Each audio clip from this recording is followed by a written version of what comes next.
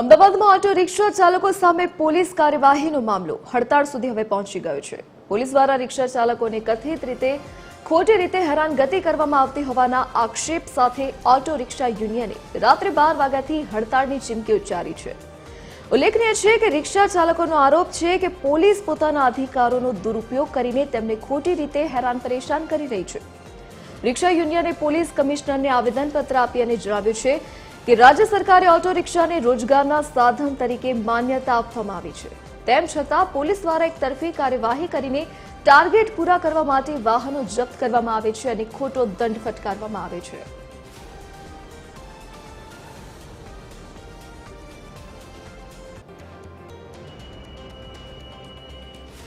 તો રાત્રે 12 વાગ્યા સુધી હડતાળ રહેશે। તો સ્કૂલ વર્દી રિક્ષા રાબેતા મુજબ ચાલુ રહેશે।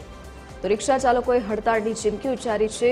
પોલીસ દ્વારા તેમને ખોટી રીતે હેરાન પરેશાન કરવામાં આવે છે, તે જ સંદર્ભમાં તેમને પોલીસ કમિશનરને માંગ કરી છે, તેમને આવેદનપત્ર તેમને પાઠવ્યું છે। તો રાત્રે 12 વાગ્યા સુધી આ હડતાળ રાખવાની તેમણે રજૂઆત કરી છે। તો શહેરમાં 2 લાખ રિક્ષાના પૈડા થંભી ગયા છે। હવે લોકોને પણ હાલાકી પડશે। તો રિક્ષા ચાલકોની માંગ છે કે તેમને જે ખોટી રીતે હેરાન પરેશાન કરવામાં આવે છે, ખોટો દંડ ફટકારવામાં આવે છે, તેમની રિક્ષા જપ્ત કરવામાં આવે છે, એક તરફી જે કાર્યવાહી કરવામાં આવે છે તેનો તે લોકો વિરોધ નોંધાવી રહ્યા છે।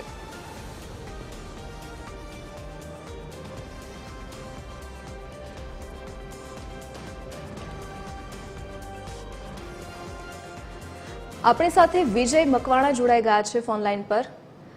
જી વિજયભાઈ, તમારી માંગ શું છે? આ હડતાળ કરવા પાછળનું કારણ શું છે અને આંદોલનમાં કેટલા રિક્ષા ચાલકો જોડાવાના છે?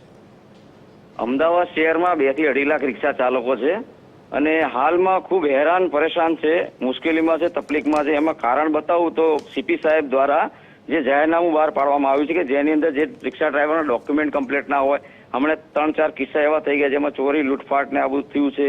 એક દેવલોક પણ પામ્યા, રિક્ષાવાળા કંઈક સુંગાડ્યું હતું। તો આના અનુસંધાને સીપી સાહેબે જાહેરનામું પાડ્યું છે, તો એના માટે અમે સમર્થનમાં છીએ। પણ ક્યાંક ને ક્યાંક એવું થઈ રહ્યું છે કે જેની અંદર રિક્ષા ડ્રાઈવરો મીટરથી કાયદેસર ધંધો જે કરતા હોય, એમના બધા ડોક્યુમેન્ટ બી કમ્પ્લીટ હોય, તેમ છતાં અમને ટાર્ગેટ આપવામાં આવ્યો છે જે પોલીસ સ્ટેશન વાઇઝ। તો આ લોકોને પણ મેમાં 50% લોકો એમાં નીકળ્યા છે કે અમારી સાથે સંકળાયેલા હતા, એમના ડોક્યુમેન્ટ બધા કમ્પ્લીટ છે, તેમ છતાં એમના મેમાં બનાવવામાં આવે છે। તો આ વસ્તુ ખોટી છે, આ બંધ થવી જોઈએ અને જેટલા પણ મેમાં બનાવ્યા છે એ રદ થવા જોઈએ, કેમ કે ખોટા છે। એ લોકો જોડે લાયસન્સ હોવા છતાં એ લોકોને લખ્યું છે કે લાયસન્સ નથી એટલે આ ગાડી જમા લઈએ છે।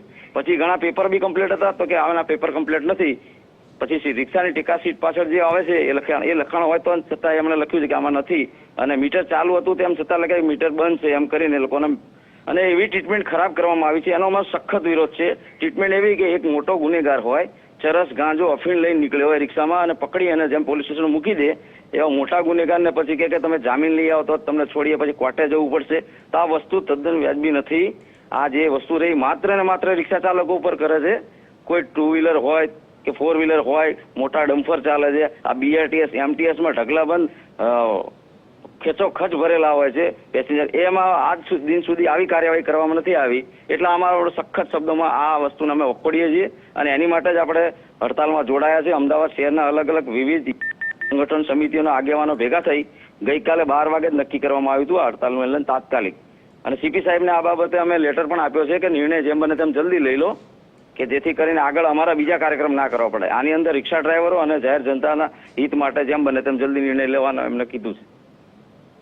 જી વિજયભાઈ, જો તમારી સરકાર રજૂઆત નથી સાંભળતી, તમારી માંગ નથી સંતોષાતી, તો આગળનો તમારો કાર્યક્રમ શું રહેવાનો છે? આગળનો કાર્યક્રમ અમે કમિટી બધા ભેગા થઈને નક્કી કરવાના છે, જેની અંદર આગળ જતા કદાચ 3 દિવસની હડતાલ પણ કરશું અને ભૂખ હડતાલ પણ કરશું। જી વિજયભાઈ, આપ જોડાયા અમારી સાથે, તે બદલ આપનો આભાર।